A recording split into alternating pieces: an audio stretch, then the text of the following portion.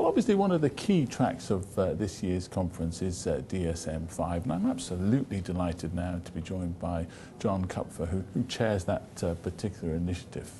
Dr. Kupfer, thank you very much indeed for joining us today and taking the time to be on APA TV. Well, it's nice to be here. It's nice to be in Philadelphia. The reason I'm here is because I chair the task force on DSM-5. Now, as I'm sure you know, DSM-5 is really the manual that we use for classification and diagnosis of all psychiatric conditions.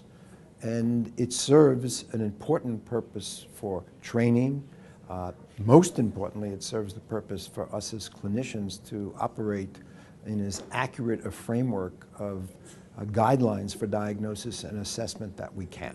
Now, where do you think we are with that whole process? Well, we've been at it for a while, and we are, as I've indicated, we're really in the fourth quarter, at least for the DSM-5 or 5.0, which we expect will come out at the next annual meeting in San Francisco. So what we are doing at this meeting is basically several things. One, we have a series of presentations. It's actually lucky track number 7.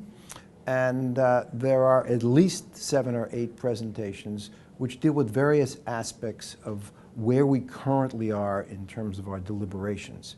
What I hope to personally get out of this is I can't get everybody's comments, but I really want the collective audience of the APA membership and other people attending this meeting to really see where we are. And so I think that in this way, several thousand people will certainly find out about the different aspects that they're interested in.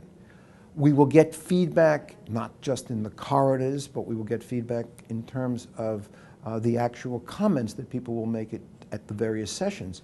More importantly, in many ways, we have opened up our website exactly to coincide with the annual meeting because we want the entire membership, not just people who are here, and one does not have to be an APA member, to go on to the website, see all the current proposals, criteria, and other rationales of why we're proposing certain changes, and comment on them. And this comment period will be open not just to the end of the APA annual meeting, but will be opened until June 15th.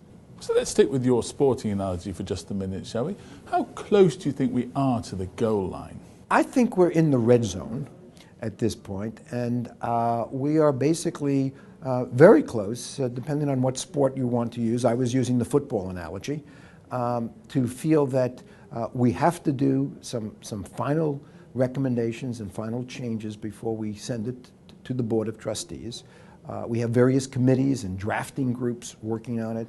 But I think everybody is in a relatively good position to certainly score the gold, and the gold is really to get it published by May 2013. Now, Dr. Kupfer, obviously one of the issues here is if you open yourself so transparently to the feedback in the way that you have, not everybody's going to agree, are they? Obviously.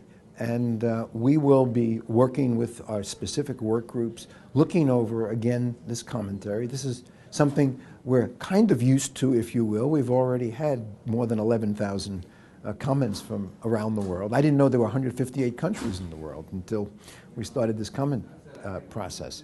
And we will do the best we can to both be fair to what people are asking and yet try to be as consistent with what is the available evidence. We know it will not be perfect, but we are trying to continue in an iterative fashion to make it as accurate and as useful for all of us. Dr. Kupfer, thank you very much indeed for joining us today on APA TV, and I hope you have a great conference. Thank you. Thank you very much.